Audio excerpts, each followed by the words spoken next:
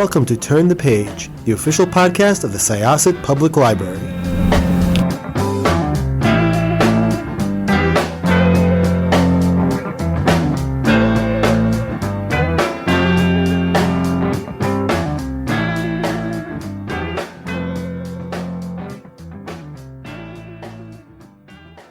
Hi, this is Syosset Library's Turn the Page podcast. I'm your host, Jessica, and I am here with author John R. Kelly, who has written a really fun book that, can I ask you now, you had fun Sure. writing this, right? Yeah, oh yeah. Oh yeah. Great. I mean the Inklings and just the idea, the place, Oxford murder mystery. I mean, it really is a combination of just a lot of things that I already love, I'm already interested in. So yes, I had a lot of fun both researching it, writing it, everything. This is the Inklings Detective Agency, and I do have to ask you, is this the first? Are we going to see this? Are we going to see them again solving Yes, murders? this is the first of what I hope to be a long and fruitful series, just the expansion of the entire Inklings Detective Agency.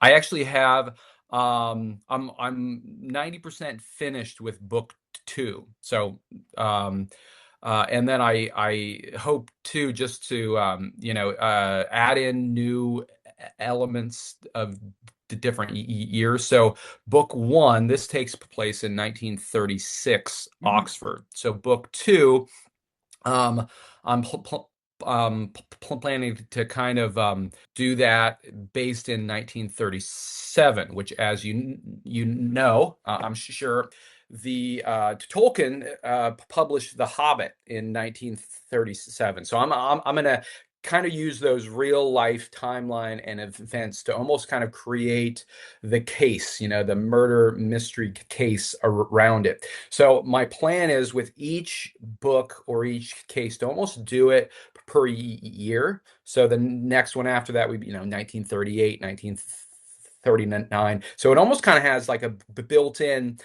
elements of what was happening in their world, what were they writing. World War II is approaching, so I can add in elements of spycraft and enigma machines and code breaking and royal scandals and everything. So almost kind of that world of the Inklings really helps me to almost kind of create the parameters of what the book would actually become. So, for those who don't know, the Inklings were a group of writers. They were all British. Yes. Some of them were English, some were Irish. But yeah, they met together for about 25 years. The core founding members obviously were C.S. Lewis, J.R.R. Tolkien. There was also Owen Barfield, Charles Williams. They met, like I said, over 25 years, but there was different individuals in the group at different times. So they all kind of lived in that Oxford area. They met in pubs and rooms and everything. They talked about work, and I think that's what's so interesting is that you had such a diversity of just backgrounds. Some of them were teachers. You had lawyers, deans, in the college, doctors. They had such different perspectives, and so it was almost kind of that tutoring environment that really helped them to challenge each other, to really strengthen their writing and everything. So I basically kind of wanted to capture that group dynamic, almost the feel of Oxford, how they would have talked, how they would have argued, how they would have kind of really utilizing each of the different personalities, like how would each of them have worked out murder. Which one is the level-headed one, which one's the optimistic one, and everything. So I'm trying to take a lot of what the real life ideas were, but then also blend in this element of having fun and everything too. So yeah. It was a really fun read. So Oh, so good. the Very good. story, it's the Inklings are having a meeting. Actually, the Lewis brothers are not at that first meeting, I believe. Yes. But Tolkien and some of the others come into contact with Sir Arthur Conan Doyle, That's who right. has apparently faked his own death, and he has Hmm. come to it's like this is their call to adventure. Yeah. And they start working together to solve a murder, and it's like it's so much fun because yeah, you have all of these historical elements in it. You have all of these characters from around that time. I Yeah. don't want to give away everybody who Right. shows up because if I do, it'll ruin surprises for people. I was surprised, but it was a really just I mean, it really was a great escapist story and like just a fun Well, good. imagining of these these historical figures Yeah. using what makes them such great storytellers to solve a mystery. Where did you get the idea for this story? Well, I mean, I have always grown up, loving the Inklings, their writing and everything. But I grew up. I loved reading Sherlock Holmes. I loved reading Agatha Christie. I think I read every Hardy Boys book there was, and then when those were over, I was like, okay, it's time for Nancy Drew. I also loved history, and I love the world of academia and Oxford. So really, I was getting into. I was reading. I think it was a couple years ago.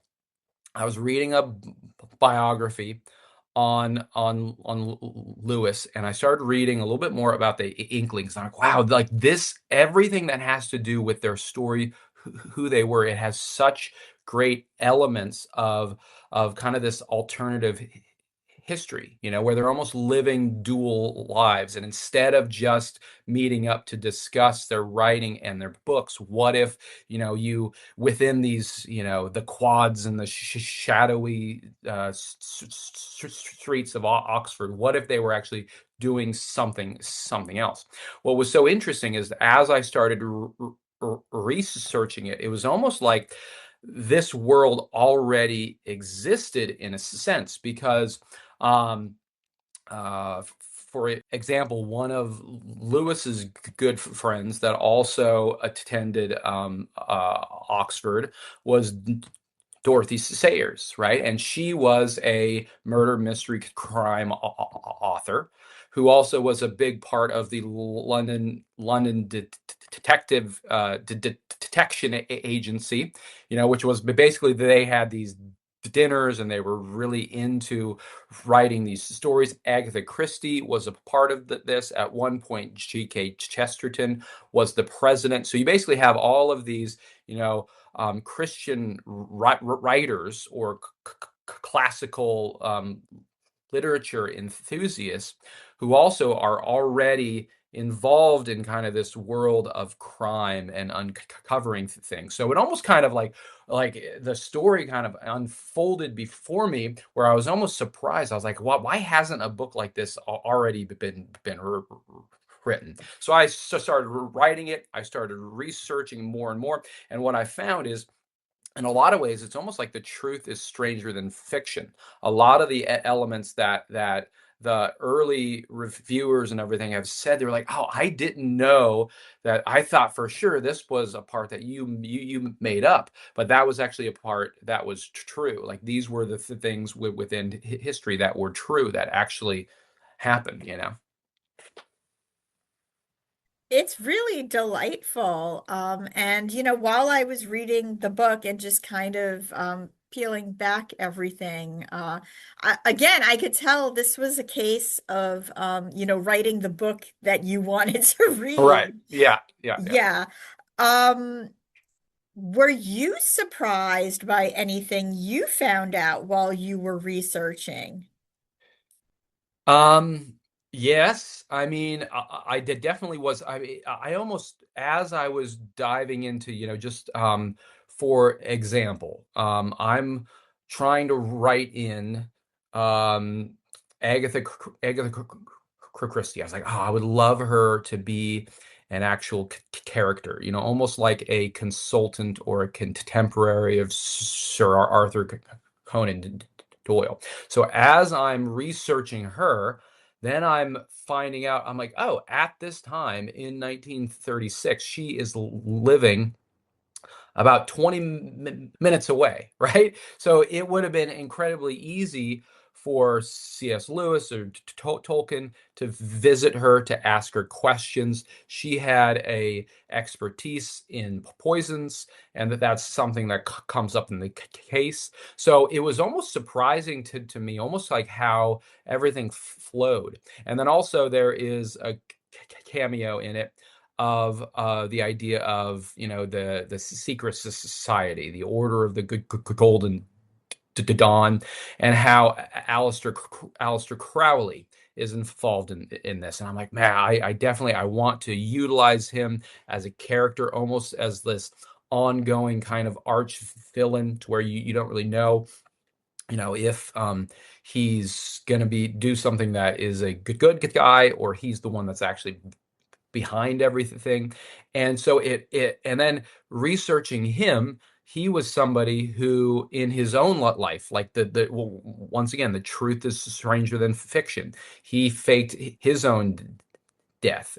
He was involved with the British Secret Security Services, right? So, I mean, those are elements that are real in his life that I'm going to use and utilize in ongoing stories. And then just the story about Agatha Christie, about how she disappeared, for 11 days. So I'm basically taking that and I'm saying, okay, well, what if it wasn't what the press heard? What if she was actually undercover and she was investigating these murders, and then this, and just creating this overarching world where, yes, Tolkien's involved, and Sir Arthur Conan Doyle is involved, and even tracing back to the Victorian age, like Charles Dickens and everything. So just creating this world where alternative history, where authors are actually being, recruited into this secret society of sleuths, utilizing all of their skills.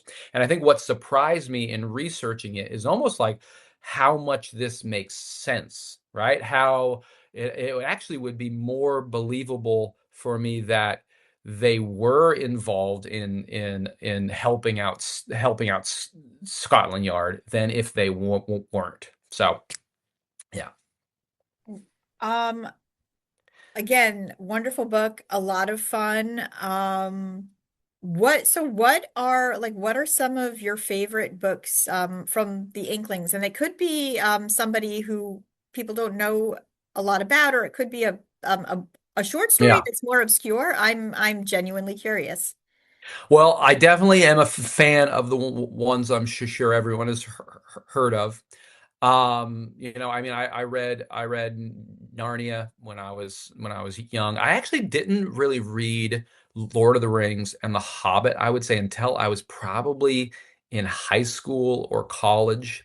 And I had actually never really heard of the Inklings, right? Like, I had heard of the individual authors themselves, but I'd never really heard of just the idea of the Inklings, that they were all in the same time in the same place, until I was probably in my 20s. And then that was kind of when I was like, oh, this is interesting. So then I started digging into a little bit more of the writings of, like, Owen Barfield and Charles Williams. I didn't get as much into them. I've read a couple books by each, and I liked elements of them, but I definitely would say my favorites would have to be Lord of the Rings, um, and Narnia. And then I also am a huge fan of a lot of C.S. Lewis's non-fiction. So Mere Christianity is something I've read a lot. So I'm actually excited to bring his writing of that, because a lot of that book that he wrote was actually taken from BBC recordings that he recorded. So I'm going to try to bring in the idea that he's being recruited to record these things at the BBC in 1940. So actually, like, trying to tie that into the actual story, which I guess that would be book 4. So hopefully, right? Yeah, no, Yeah. definitely. And I have to say, The Lion, the Witch, and the Wardrobe was probably like the book Yeah. that made me realize I enjoyed reading. And Yeah. just that I just wasn't finding, I wasn't like finding the books that I really wanted to read until I read that, and then I realized I enjoy fantasy. Yeah. It's very interesting to me because I'm a librarian and I read a lot, but before that I kind of was I like a reluctant reader, I would say. And Okay. I was like, oh, no, I just really like reading things like this. I want to read more Yeah. things Well, like good. this. So, yeah, and The Hobbit is a book that my husband read to my 2 sons. So it's very special in Yeah. our Very family good. as well. Excellent, excellent. Yeah, yeah. So a little tease here, just for it. Book 2, actually, the one I'm currently, and I would say, even though I should have my mind, I'm focused. Inklings Detective Agency, but book 1, it's coming out soon. I've almost like mentally, because I actually wrote book 1 probably a year ago.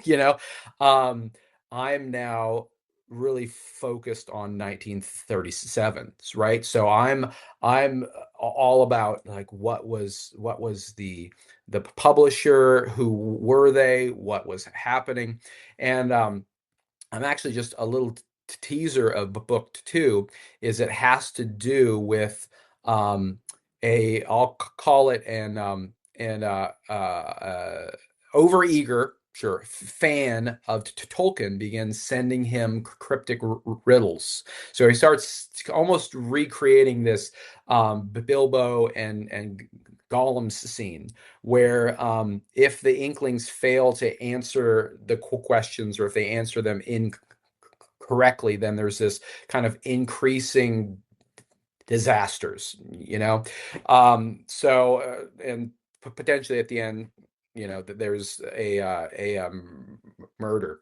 So I'm really, like, interested right now into The Hobbit. I'm reading it. I'm trying to tie in, like, little phrases and riddles and everything. How can I tie in, like, a lot of Tolkien's writing into like, maybe he got that line from something that happened, and I don't know. But so it's interesting. It's a lot of fun, just to kind of bridge a world that I'm super already interested in, and then I'm bringing it into a new kind of this um not real alternative world, in a way that I'm incredibly bridging of these two. Excellent. Thank you so, so much. John R. Kelly, thank you for chatting with us on Turn the Yeah, Page absolutely. podcast. The Inklings Detective Agency will be available in May. Yes, it'll be launching on May 5th. So check it out. And I can't wait to see what comes next. Absolutely. And we are going to close this chapter of Turn the Page. It's time to close this chapter of Turn the Page. Join us for the next episode.